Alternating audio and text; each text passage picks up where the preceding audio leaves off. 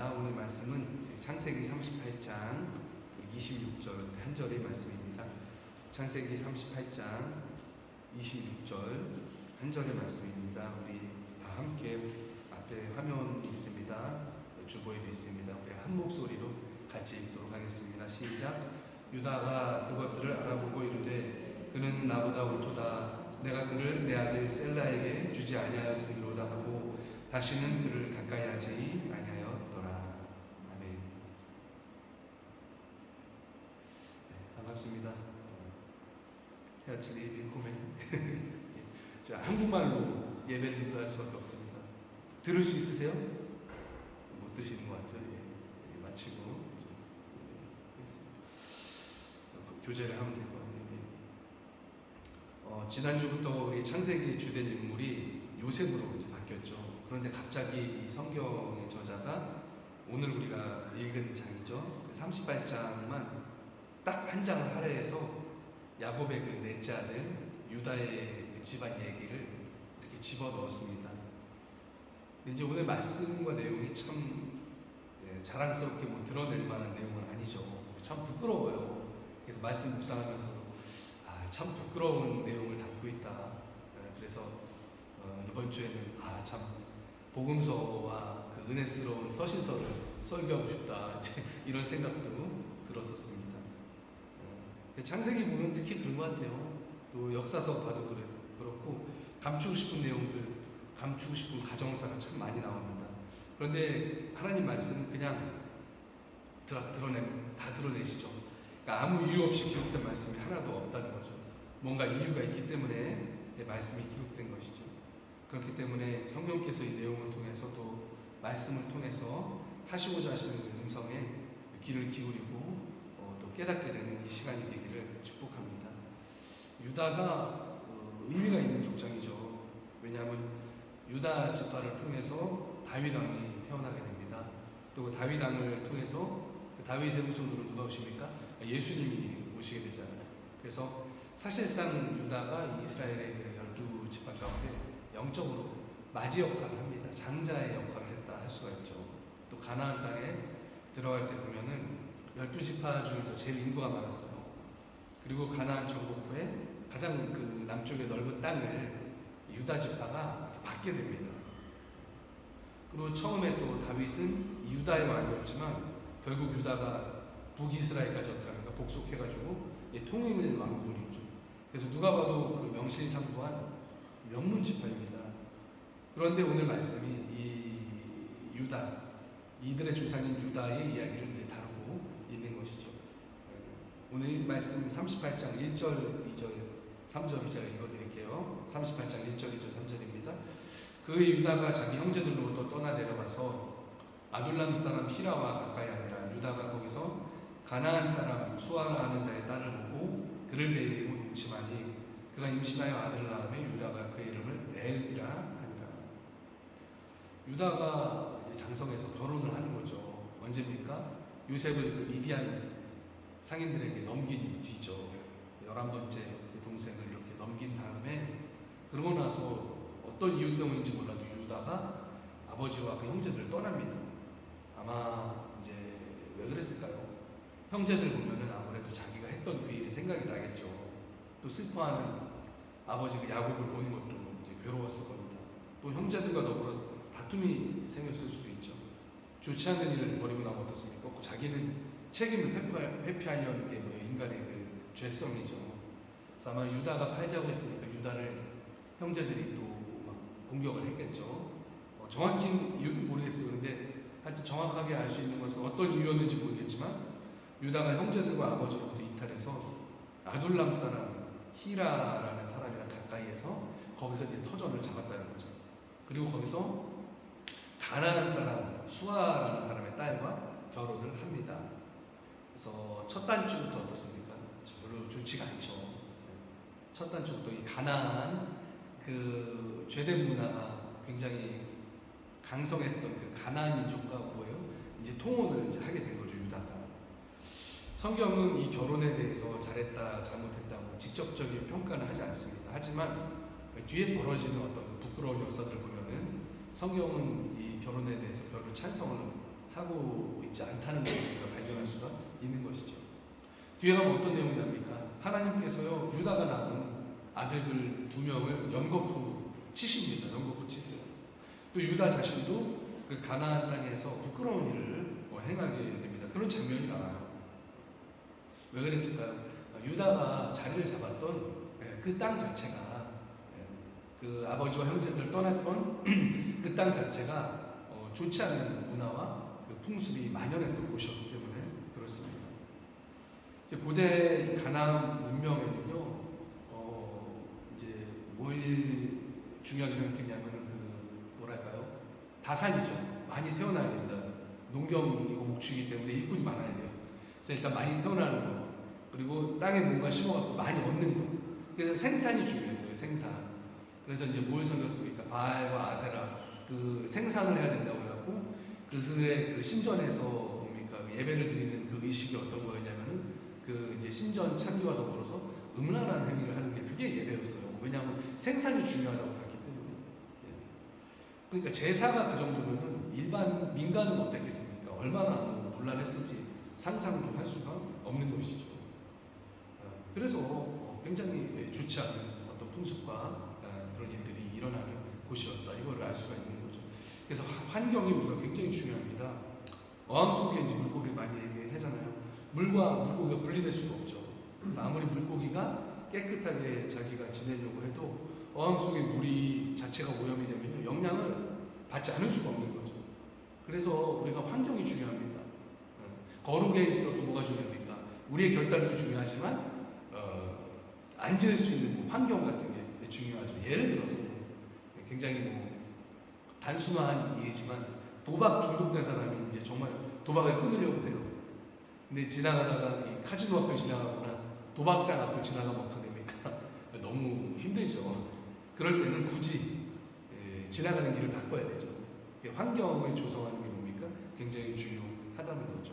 환경 확보가 거룩을 위해서 중요하다. 제가 한국을 떠나기 전에 좀 염려가 됐던 것은 우리 고국인 대한민국의 문화가 너무나 좀 세속적이고 또 한편으로는 윤리가 너무 무너져 있는 것 같아서 참 막 염려가 됐습니다. 또 한편으로는 너무 세속적이지만 또 한편으로는 또 샤머니즘이죠. 굿도 하고 막 이상하게 막 섞여 있죠. 그리고 유교적이기도 하고 또 어떤 이데올로기적이기도 하고 성경적 관점에서 보면 옳지 못한 요소가 너무 좀 많아요. 그래서 걱정을 좀 하고 기도를 했던 기억이 납니다. 어찌됐든 유다는 좋지 않은 문화가 파헤치는 가나안에 정착했고 영적인 관점에서 보면 이제 첫 단추를 잘못 끼운 겁니다. 그 이후에 이제 어떤 일이 일어납니까? 계속 살펴봅니다. 6절, 7절 제가 말씀 읽어드리겠습니다. 38장 6절, 7절입니다. 유다가 장자 엘을 위하여 아내를 데려오니 그의 이름은 다말이더라. 유다의 장자 엘이 여호와가 보시기에 악함으로 여호와께서 그를 죽이시니라. 어떻습니까? 첫째 아들을 위해서도 아내를 데려왔는데 그 아내도 어떤 여자입니까? 가나안 땅에 있던 그런 여자였다는 거예요. 그런데 하나님께서 무슨 이유였는지 몰라도 죄 때문에 첫째 아들 엘을 치십니다.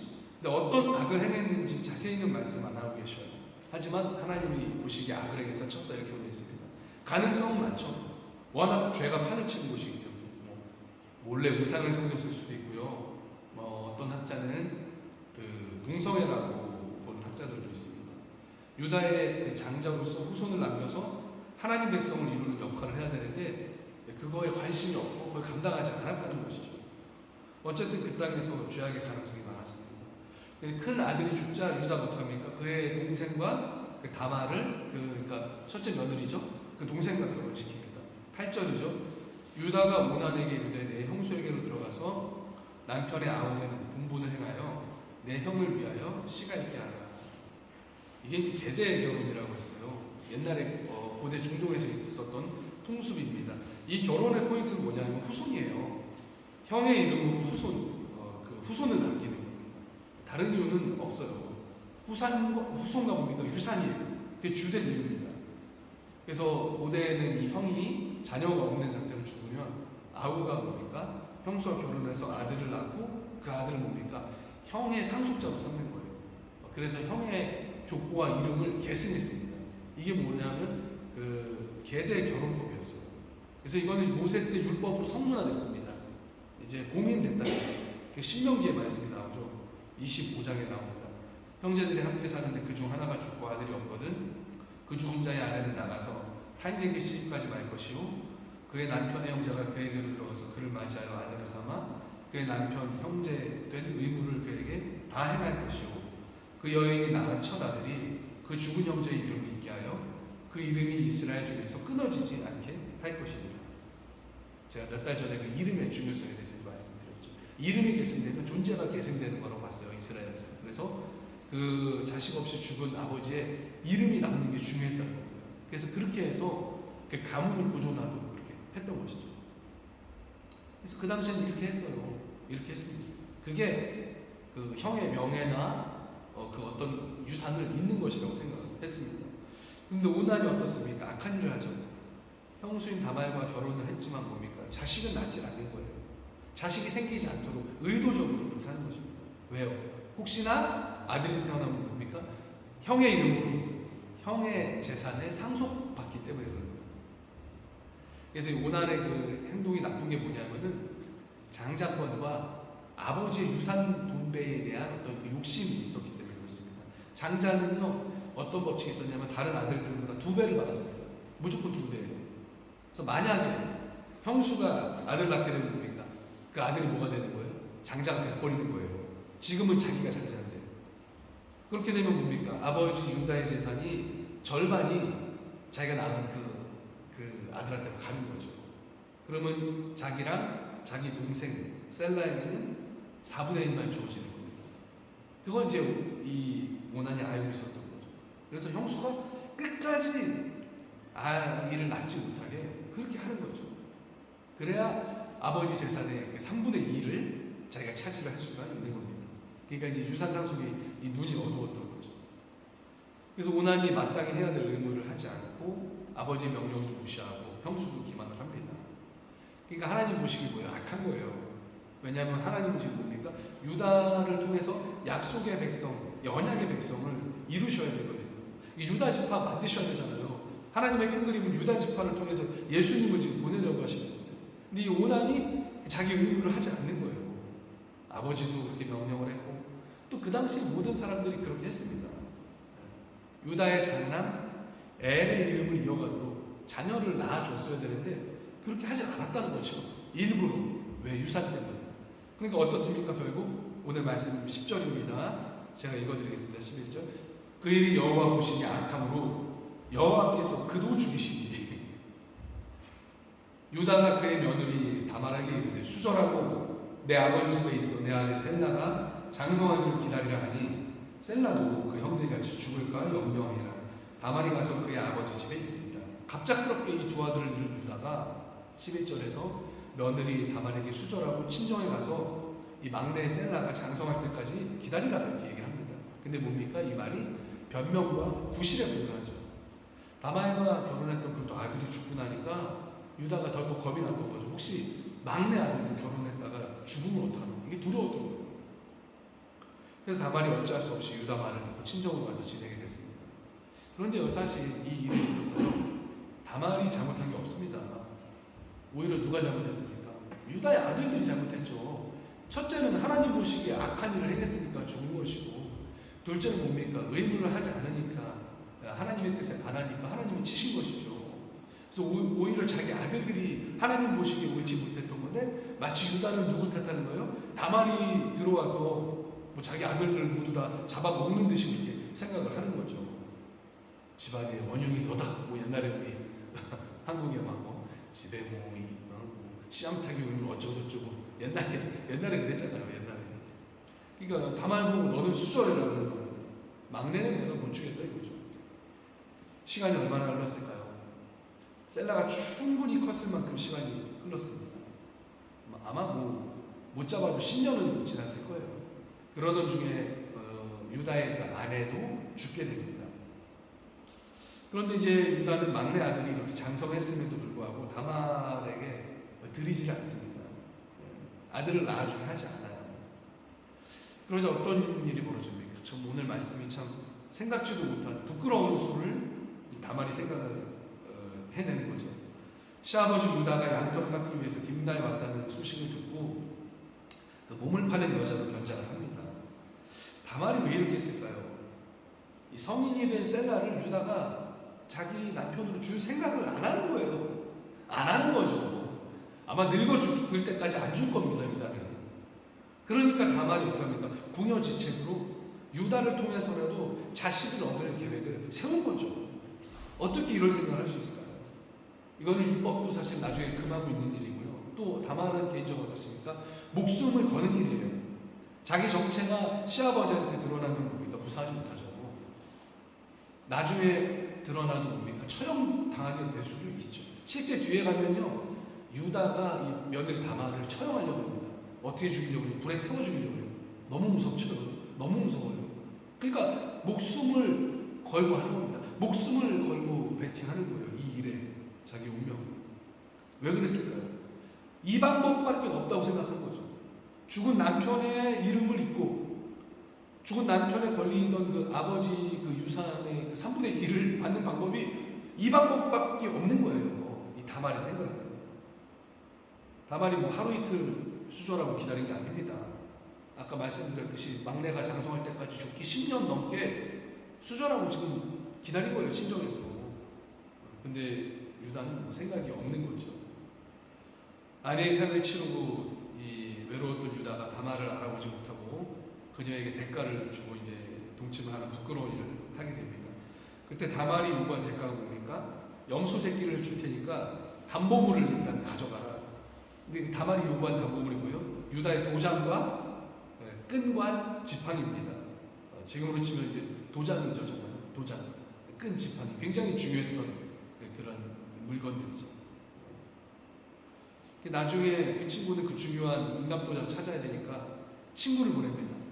그 앞에, 맨 앞에서 제가 말씀드렸던 그 아둘람 사람을 보내갖고 창피하니까 자기가 그 염소 새끼를 주고 자기 도장과 지팡이 찾아오라고 친구를 시켜요. 근데 찾습니까? 찾지 못합니까? 찾지 못하죠. 왜냐하면 다말이 임신에 성공한 것을 알고 잠적했거든요. 잠적했거든요. 그러니까 유다는 이제 담보물 찾는 걸 포기합니다. 왜요? 친구 아둘람 사람이 유다한테 이렇게 보고를 한 겁니다.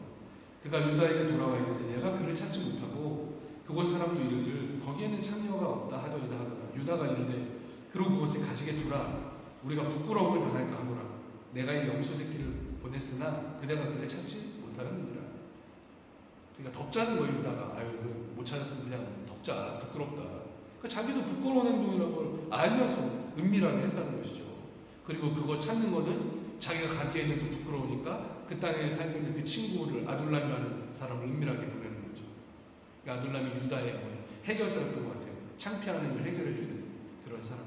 부끄럽죠. 유다는. 인간의 이중성이죠, 사실. 그런데 석 달쯤 후에 자기 며느리 다말이 임신하였다는 말을 듣고 유다가 아주 크게 분노합니다. 그러고 뭐라고 합니까? 24절입니다. 석 달쯤 후에 어떤 사람이 유다에게 일러 말하되 내 며느리 다말이 행음하였고 그 행음함으로 말미암아 임신하였느니라. 유다가 이르되 그를 끌어내어 불사르라. 뭐 일말에 거침이 없습니다. 거침이 없어요. 꺼내서 불사르라. 네, 그 당시에 이제 풍습은 그랬습니다. 정말로 남편이 있는 아내가 행음하다 적발되면 그냥 돌로 쳐 죽이기도 하고 불살라 죽이기도 하고 아 너무나 무섭죠. 너무나 무서워. 뭐 정절을 지키지 못했다는 것이죠. 근데 좀 그렇죠. 죽고 없는 남편에게 정절을 지키지 못했다고 불살라야 된다고. 자신은 어떻게 했습니까? 유다는 아내가 죽고 나서 정절을 지켰습니까? 아니잖아요. 자기도 불의한 일을 해놓고 며느리한테 너무나 엄격한 잣대를 들이대는 겁니다. 이중적인 모습이죠. 이때 이 정말 끌려 나가던 차지 잘못하면 불사르게 된 그 다말이 호소를 합니다. 뭐라고 그래요? 25절, 29절입니다. 여인이 끌려 나갈 때 사람을 보내어 시아버지에게 이르되 이 물건 임자로 말미암아 임신하였나이다. 청하건대 보소서 이 도장과 그 끈과 지팡이가 누구의 것이니까? 그러니까 그때까지 가지고 있던 유다의 물건을 이제 보내는 거죠. 그러니까 유다가 뭐라고 합니까? 26절. 유다가 그것을 알아보고 이르되 그는 나보다 옳도다. 내가 그를 내 아들 셀라에게 주지 아니하였으므로다 하고 다시는 그를 가까이 하지 아니하니라. 유다가 그게 자기 물건인 걸 알아보는 거예요. 그리고 다말이 그게 그렇게 된 거구나 이제 깨달아진 거죠. 그래서 다말에게 하려던 그 처형을 멈춥니다. 그리고 어떡합니까? 유다가 고백을 해요. 그가 나보다 못하나. 내가 내 아들 셀라를 그에게 주지 아니했기 때문에 그가 그런 일을 벌여서 이런 결과가 나온 것이다. 이렇게 유다가 인정을 하는 겁니다. 이게 유다가 높이 평가받을 수 있는 점이죠. 그 당시 문화는 체면 문화입니다. 그래서 일가에 이제 유다는 이때 나이도 좀 많았을 거예요. 이제는 막내가 장성했으니까 일가의 어떤 아버지이자 그렇게 존경받을 만한 위치에 있는 사람이 자기의 수치를 이렇게 인정하고 드러내는 게 쉽지가 않거든요. 그 당시 문화에서는 그냥 모르는 척하고 처형해도 누가 뭐라고 하지 않을 상황이었죠. 그런데도 유다는 어떡합니까? 자기 잘못을 인정을 하는 거죠. 그가 나보다 어렵다. 물론 이 다말이 행한 행동이 뭐 대단히 잘한 일이라거나 도덕적으로 흠잡을 데가 없다거나 그렇게 말할 수는 없습니다. 그렇지만 이 다말의 행위가요, 그 당시의 관습과 법에 따라서 그 죽은 남편의 이름을 후대로 남기는 걸 수행할 수 있는 거의 유일한 방법이었을 겁니다. 유일한 방법이었어요. 그 가정이 아니면 할 수가 없는 일이었고, 또 죽은 남편의 이름으로 마땅히 유다로부터 받았어야 될 그 장자의 유산권을 받기 위한 유일한 방법이었을 거예요. 왜냐하면 유다는 그 막내 동생을 줄 생각이 전혀 없었으니까요. 그러니까 일반적으로 다른 사람이 다른 가정에서도 그렇게 받았던 건데 받을 방법이 없었던 거죠. 그러니까 궁여지책이었죠. 물론 옳지 않죠. 부끄러운 일이죠. 근데 유다는 옳습니까? 유다가 옳지 않다는 거죠. 성경은 얘기하는. 유다는 다말이 저렇게 행동하게 한 원인 제공자죠. 먼저는 그 아내의 상을 치르고 나서 성적으로 온전함을 지키지 못하고 윤리적이지 못하는 잘못을 했죠. 그런데 그것보다 더 본질적인 잘못이 뭡니까? 유다 자신이 고백을 했듯이 셋째 아들을 며느리 다말에게 주어서 첫째 아들의 이름을 그 족보로 이어가는 그걸 했어야 되는데 그 일을 회피했습니다. 두려워서 그런 거죠. 혹시나 잘못될까 봐. 그게 유다의 뭡니까? 근본적인 잘못이었죠. 하지만 유다는 상황이 이렇게 되지 어떡합니까? 자기의 잘못을 고백을 하는 거죠. 그리고 유다가 한 말은 뭡니까? 죄의 고백이죠. 그리고 그 고백이 어떻게 됩니까? 다말을 살리는 거죠. 그리고 그 다말 뱃속에 쌍둥이가 있었어요. 베레스와 세라가 있었어요. 그리고 그렇게 출생한 베레스의 후손에서 누가 나옵니까? 바로 다윗이 나오는 거예요. 그리고 다윗의 후손에 누가 오십니까? 세상의 구주이신 하나님의 아들 예수님께서 그 출생하게 되신 것이죠. 그러니까 어떻게 연관됩니까? 유다의 그 솔직한 잘못을 인정한 것, 그 죄의 고백이 뭐요? 하나님의 그 구원 역사에 쓰임을 받았다는 것을 보게 되는 겁니다. 그래서 저는 이 유다의 고백에서 죄악으로 넘치는 이 족장들의 인생 모습 가운데 한 줄기 희망을 발견하는 거예요. 그게 바로 뭡니까? 죄의 고백과 바로 깨달음이죠. 내가 잘못했다. 내가 나를 보는 거예요. 드디어 내가 나를 보는 겁니다. 객관적으로 보는 거예요. 하나님 앞에서 바라보는 거죠.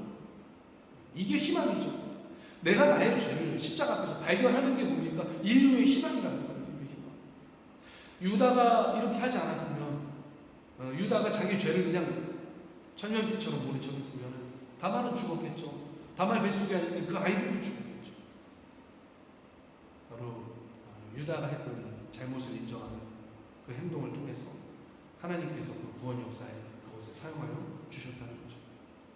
동시에 우리 예수님을 묵상하게 됩니다. 하나님께서는요, 이 죄의 고백마저도 이용하셔서 예수님께서 오게 하십니다.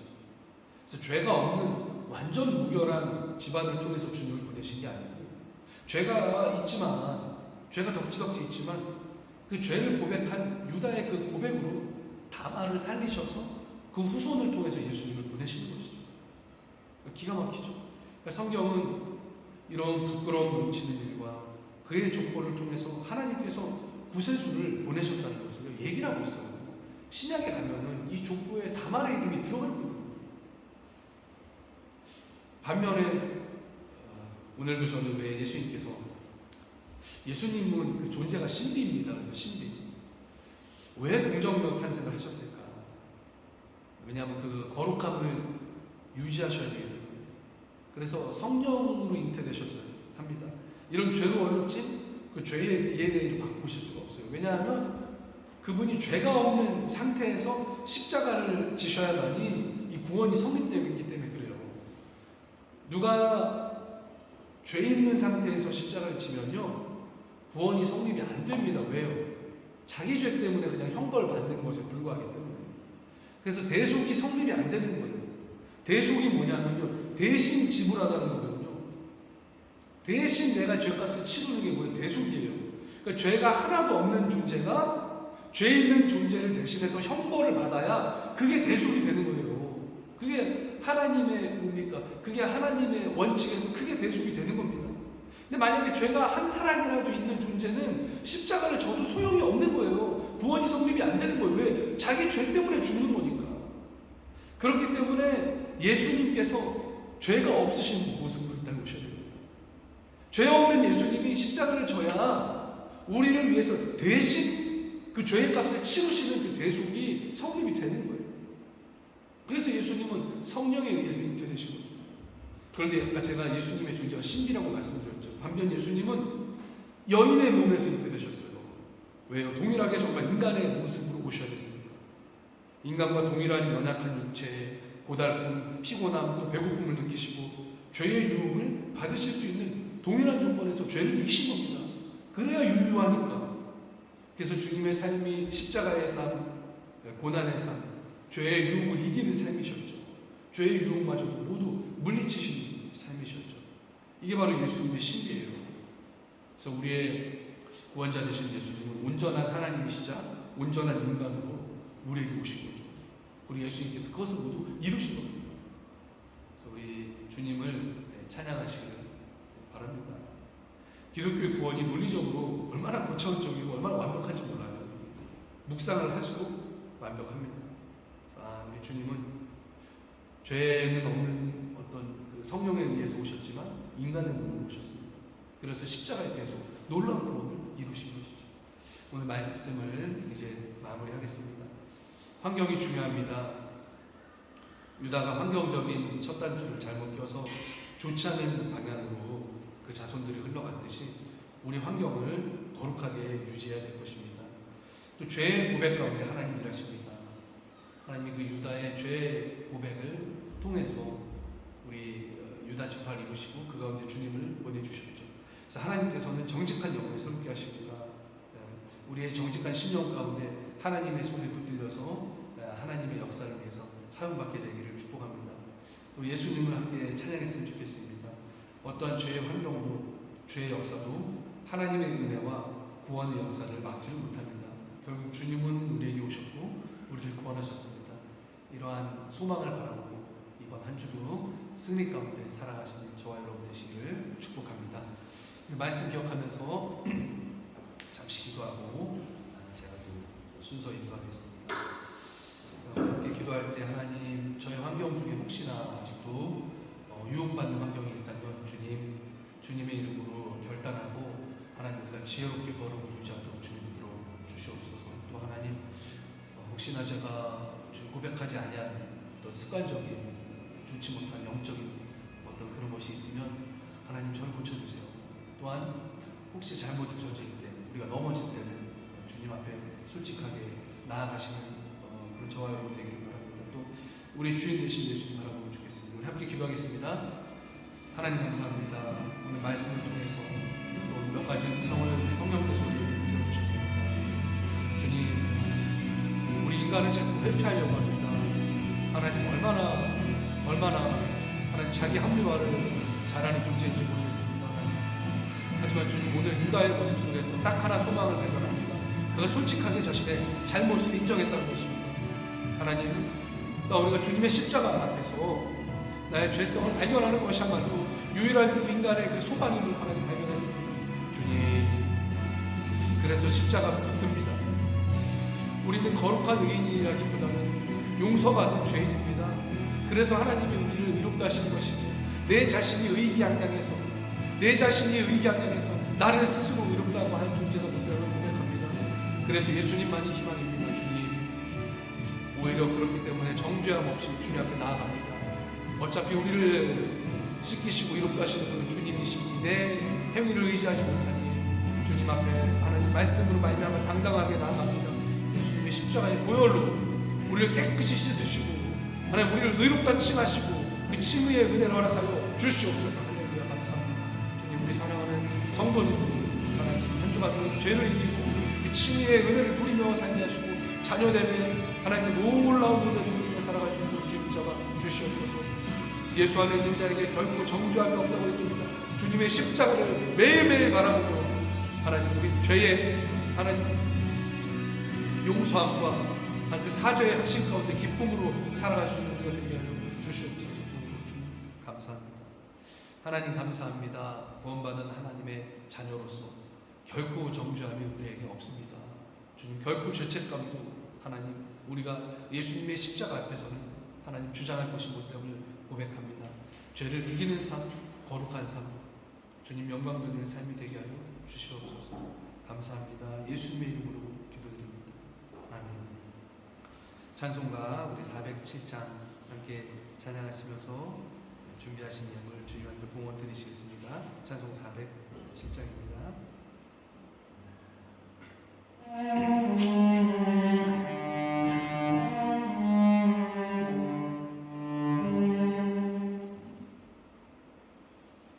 구주와 함께 나 죽었으니 찬송.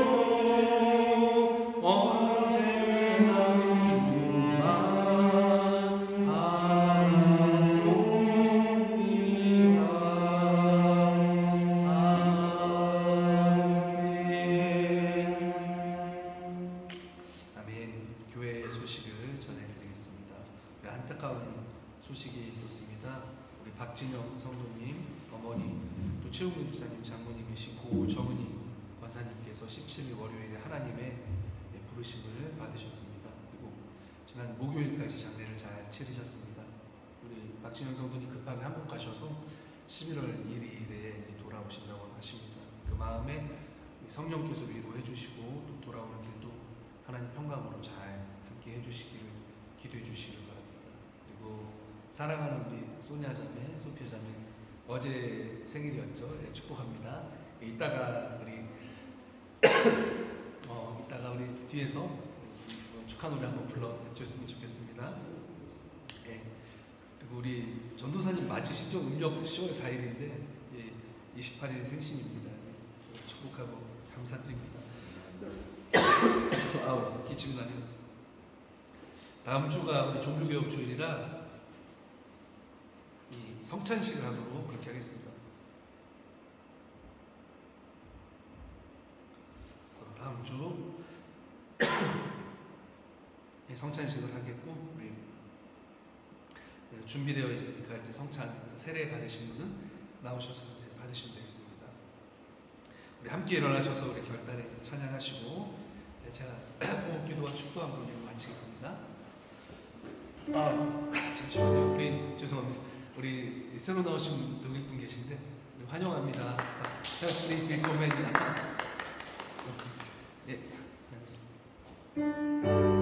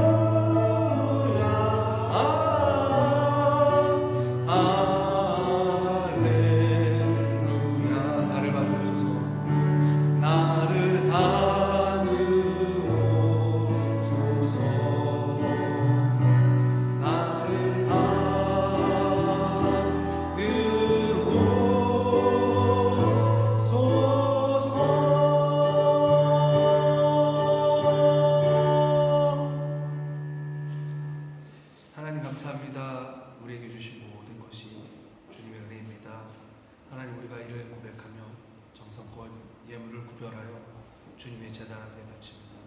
주님을 흠양하시고 예물을 받아 주시옵소서. 예물이 쓰이는 곳마다 하나님 복음이 전파되고 하나님의 구원 역사가 이루어지게 하여 주시옵소서.